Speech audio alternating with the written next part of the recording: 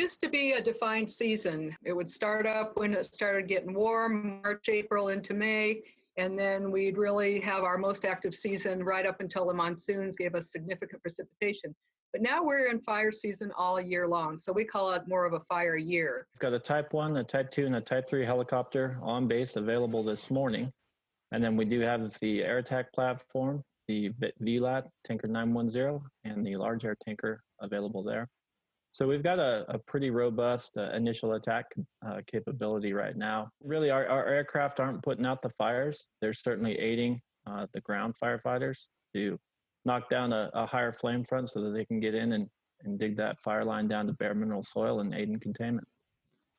Well, I can only speak for Coronado National Forest because that's the land that we administer. So that's a pretty good chunk of southeastern Arizona. And what we're seeing is that the low to mid elevations in the basins, the fuel is pretty much cured out and ready to burn now. And then the higher elevations are drying out as well.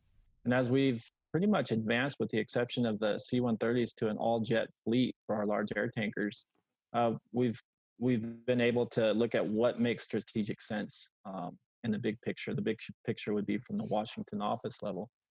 And Fort Huachuca certainly still fits the bill there. We enjoy an awesome partnership with Fort Huachuca and the DoD there. Great relationships. And again, that information and advancement exchange happens almost on a daily, formal and informal basis. So from a strategic standpoint, absolutely perfect for covering the lands here within Southeast Arizona. And not only just the Forest Service, but our partners at Arizona State Forestry, BLM, BIA, Fish and Wildlife Service, and our local cooperators as well. Make sure if you're towing a trailer that your chains are tied up so they don't strike the asphalt. That can cause sparks. Welding outdoors can cause sparks, especially if it's on a windy day or if there's dry fuel around. Even a lawnmower blade striking or a stone can cause a spark. So there's lots of things that can cause that one spark. And so, if we're all using our situational awareness and being careful, we can prevent a lot of those fires from starting.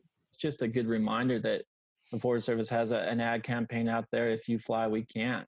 And really, if we don't have any kind of communication mechanism that we can talk to someone who's operating a drone, we're forced to shut down the air show. So that's a pretty key message.